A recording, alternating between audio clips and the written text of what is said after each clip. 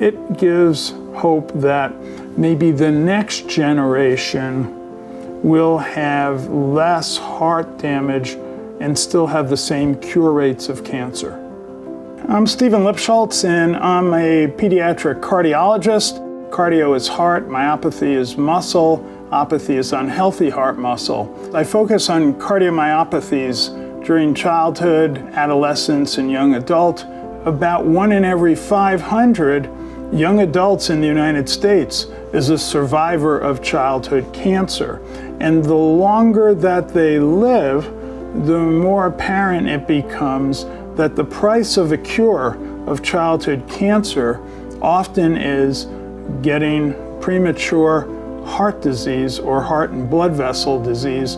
If you give as much chemotherapy, you're going to get more of a cure rate, but you're also going to get more toxicity and late effect. In the field of pediatric cardio-oncology, we've been able to develop and validate during cancer treatment ways to protect the hearts of children so that they have less long-term heart issues. We started a program that I was fortunate enough to lead where most of the childhood cancer patients and long-term survivors, we followed them, I followed them.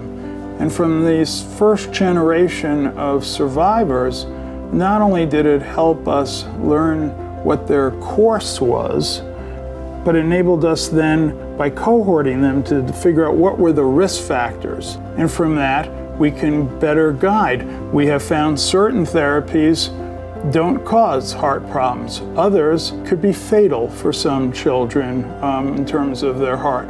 It's enabled us to tailor therapies in a more specific way to, again, improve the quality of life of that child over a lifespan. One of the things that is important is to co-manage these patients. I think it's important for physicians to work together and to be able to speak to one another and really look at the patient as a whole.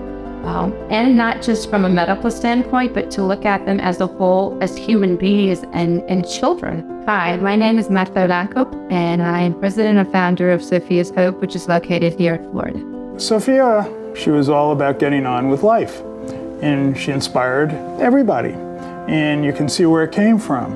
Throughout Sophia's treatment and then with the heart failure, we met and worked with some great doctors and nurses and physicians and made great connections, but not with everyone. It was really very refreshing and encouraging when we met Dr. Lipshultz, who was just beyond amazing and kind and smart. When any family reaches out to me or any provider, if I feel that I can contribute or offer, that's why I'm in medicine. It's hard for every family, but not every family is tirelessly dedicated to helping countless thousands of other families not go through what they went through. We have provided over $550,000 worth of support.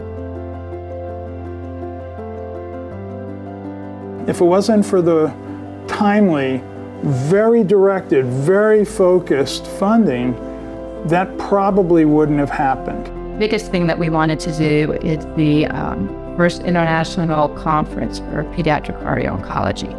I've spent 40 years in this field, but there's a colleague in Brazil that spent 3 decades doing this. There's colleagues in England. We have people from all over the world coming into this conference, and we share best practices and we determine how can we do the best. As we learn more, we know that we weren't necessarily always correct.